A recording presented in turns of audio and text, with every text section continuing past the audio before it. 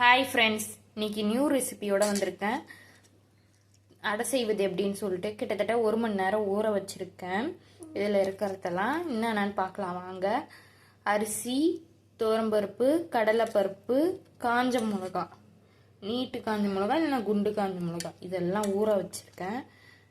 இதை அரைச்சிட்டு வந்துடுவோம். இப்போ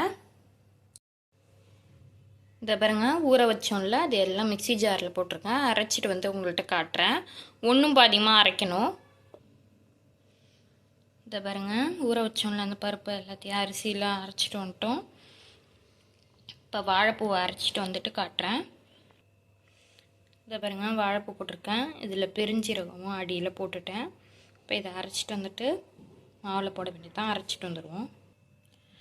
இந்த பாருங்க, வாழைப்பூவை அரைச்சி எடுத்துன்னு வந்து இதிலேயே கலந்துட்டேன். வெங்காயம் போட்டிருக்கேன். இப்போ கேரட்டு திருவி போட்டுட்டு காட்டுறேன் உங்களுக்கு. இதில் கேரட் போட்டுட்டேன். இப்போ உப்பு மஞ்சத்தூளும் போட்டுட்டு கொஞ்சம் தண்ணி ஊற்றி கொஞ்சம் கரைச்சிட்டு காட்டுறேன். உப்பு போட்டாச்சு, மஞ்சத்தூள் போட்டாச்சு. இப்போ தண்ணி ஊற்றி கரைக்க போகிறோம். இதை பாருங்க, தண்ணி ஊற்றி கரைச்சிட்டேன். இப்போ அடையை போடலாம். இதை பாருங்க, அடை ஊற்றிருக்கேன். உங்களுக்கு எப்படி வேணுமோ ஊற்றிக்கலாம். தோசை மாதிரியும் ஊற்றிக்கலாம், இல்லை சின்னதாக வேணுனாலும் ஊற்றிக்கலாம். நான் சின்னதாக ஊற்றிருக்கேன்.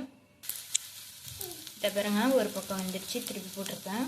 ரொம்ப ஹெல்த்தியானது கூட, குழந்தைங்களுக்கு செஞ்சு கொடுக்கலாம்.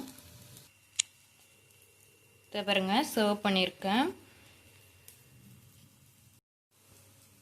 இதை பாருங்க, சர்வ் பண்ணியிருக்கேன். வாழைப்பூ அடை ரெடி ஆகிருக்கு.